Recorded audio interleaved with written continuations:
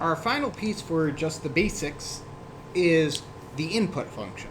So we have seen the print function, which outputs something to the screen, and the input is kind of the reverse of that. It gives you a way of having the user provide some information for Python to use, rather than the output Python providing the output for you to use.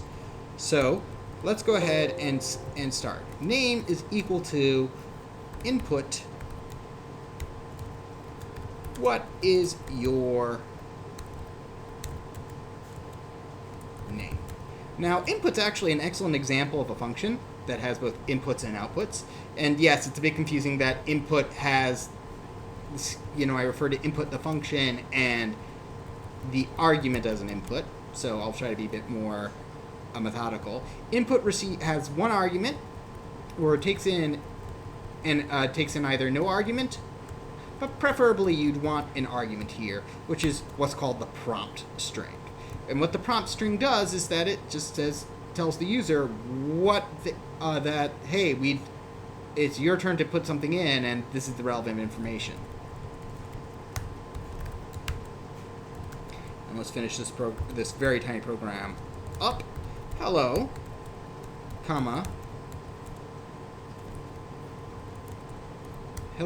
space. And we want that space to be in there, plus name to glue it together, concatenation, right?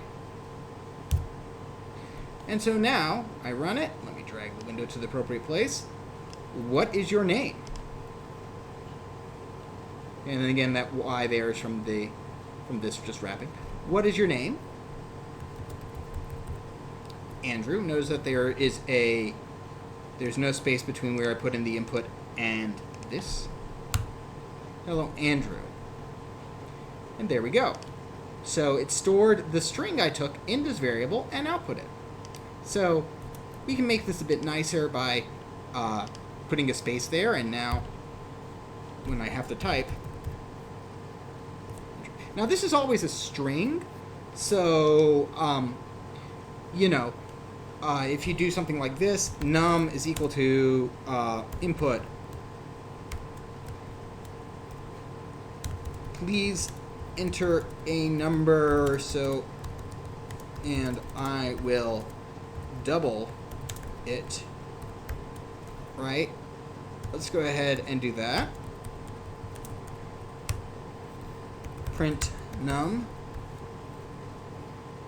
or let's do num times 2, because that actually won't crash. That'll be fantastic.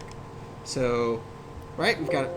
So when it hits an input statement, by the way, it's just going to stop and not do anything until you give it an input. So let's go ahead and, what is your name? Andrew. Hello, Andrew. Please enter a number and I will double it. Okay, I'm going to enter in 100. Please give me 200 back. And it gives me 100, 100. Now, why is that? I explicitly said this was a number, right? Well, actually, I told myself it was a number. I only kind of implied it. But here, input, it takes in a string from the user. Right? Input gets a string from the user and stores it in the variable over here. And that string is, well, it's a string. Which means that if you multiply it, then that does replication. So how do we solve that? Here's a couple ways.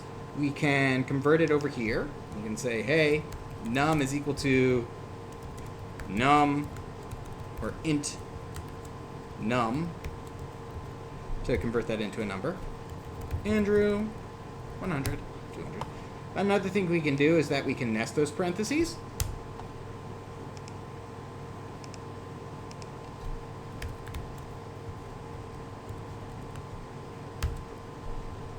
Right?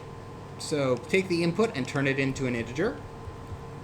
Or we can just keep num as an integer and just update it whenever we want to use it as an integer. Whichever approach seems cleanest is the best one for you to use, but I happen to find this one to be the least clean. So do one of the other ones. That's nicer.